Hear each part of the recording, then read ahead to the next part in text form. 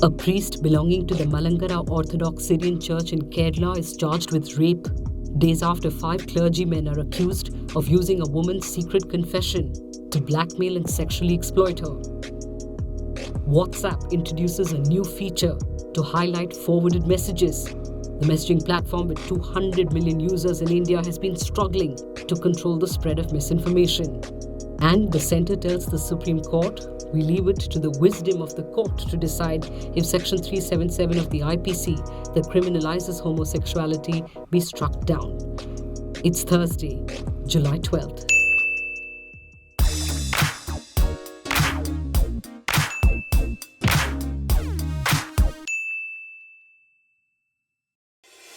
A new case alleging the role of a clergyman in Kerala in the sexual assault of a woman has been reported. Binu George, a priest of Malankara Orthodox Syrian Church, was alleged to have raped the parishioner in Alappuzha district 4 years ago.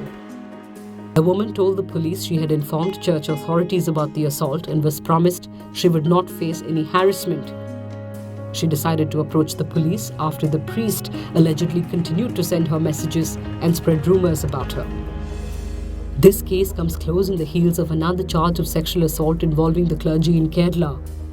A man from Pathanamthitta district had last month accused 5 priests of the Malankara Orthodox Church of using his wife's secret confession to blackmail and sexually exploit her. The crime branch of the state police recently registered an FIR and filed rape charges against 4 of the 5 priests.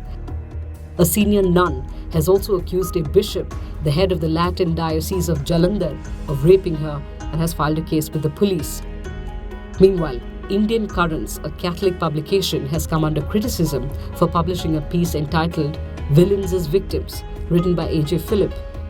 The column is essentially Victim Shaming 101, where the writer claims there was no rape, only consensual sex. He writes, a modern-day Eve finds it convenient to claim that she was raped when she is caught in the act. Last year, the church was considering framing a protocol for priests and nuns who interact with children after cases of alleged child sexual abuse came to the fore.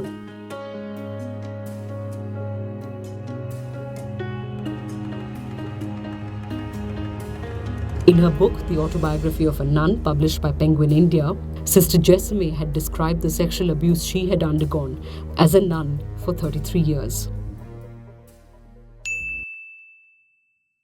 Chances are, this celebratory message of a 25-year-old Parsi woman from Surat giving birth to 11 baby boys has landed in your WhatsApp inbox at some point. It landed in mine yesterday. This message has been doing the rounds of social media for the last 6 years. It has been debunked before, but keeps resurfacing. While WhatsApp's end-to-end encryption makes it difficult to ascertain where messages originate, in this case, we can tell you. A government body. Yes, the National Commission for Minorities, the story goes, received an email from a stranger informing them of this development. This was in 2012. The commission, which had been seized of the issue of the fall in the population of the Parsi community, was thrilled to learn of this and put up the picture and the details on its website without verifying the information. It later turned out to be a hoax. An inquiry revealed that the 11 babies in the picture were born to different mothers on 11th November 2011 at a Surat hospital. And the lady in the picture was an American who delivered octuplets in 2009. Moral of the story? Yes, social media does play a role in perpetuating lies, but also that even government agencies fall for hoaxes. Then there are those in positions of power who light the fuse to the powder keg. Importantly, the lies and hoaxes aren't always benign like the 11 babies story, as the role of rumors and multiple mob lynching cases have shown. WhatsApp, that has 200 million users in India, has emerged as the dominant medium for the spread of fake news. India is the biggest market for the messaging platform. Now, in an effort to tackle fake news, WhatsApp took out full-page ads in leading English and Hindi newspapers. The ad lists 10 tips to decide if the information is credible, including this one. Fake news often goes viral. Just because a message has been shared many times doesn't make it true. WhatsApp has also introduced a new feature that indicates if a message has been forwarded as opposed to a message composed by the sender. This tool, hopefully, will help inject some skepticism in the receiver of false claims. But will this help control the spread of misinformation? One doesn't know yet.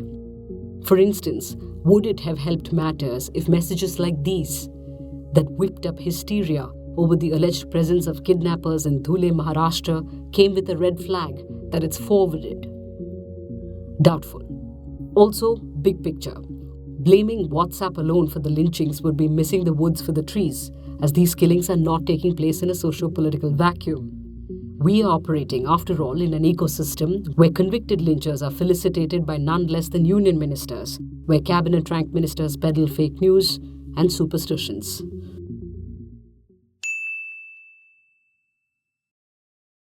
The government on Wednesday told the Supreme Court it will leave the matter of deciding whether Section 377 of the IPC that criminalizes homosexuality be struck down to the wisdom of the court, but clarified that its affidavit is only confined to the question of whether Section 377 is constitutional or not. If the court were to construe any other right or examine any other question, like same-sex marriage, it will file another detailed affidavit. In the course of the hearing, this is what we heard from the Constitution bench. The Chief Justice of India said, "A declaration this relationship is constitutional will remove the ancillary disqualification for people joining services, contesting elections. It will no longer be seen as moral turpitude." Justice Chandrachud observed that Section 377 has a chilling effect not only on public services but also on private employment. A law criminalizing such relationship is an example of social disdain. Again from Justice Chandrachud, he said, "We don't want a situation where two homosexuals enjoying a walk on Marine Drive should be disturbed by the police and charged under the section."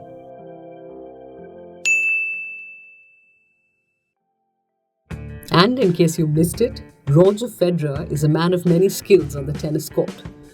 But at the ongoing Wimbledon, the 36-year-old decided to show off his skills in another sport altogether, with a textbook front foot defensive shot. When Wimbledon asked the International Cricket Council to rate the shot, the cricket governing body was quick to proclaim him the world's #1 batsman. Sachin Tendulkar welcomed the latest entrant to the rankings and even promised to exchange notes. Federer remembers no stranger to cricket, having picked up the game from his mother, who is South African. So Federer seemed keen to learn from the Master Blaster as soon as possible, saying, "Why wait? I'm ready to take notes." And Tendulkar promised to teach him a shot he excelled at, the straight drive. But in return, the Swiss would have to teach him the backhand. We give the final word to the ICC that came up with this. On that note, we'll be off and see you back here tomorrow.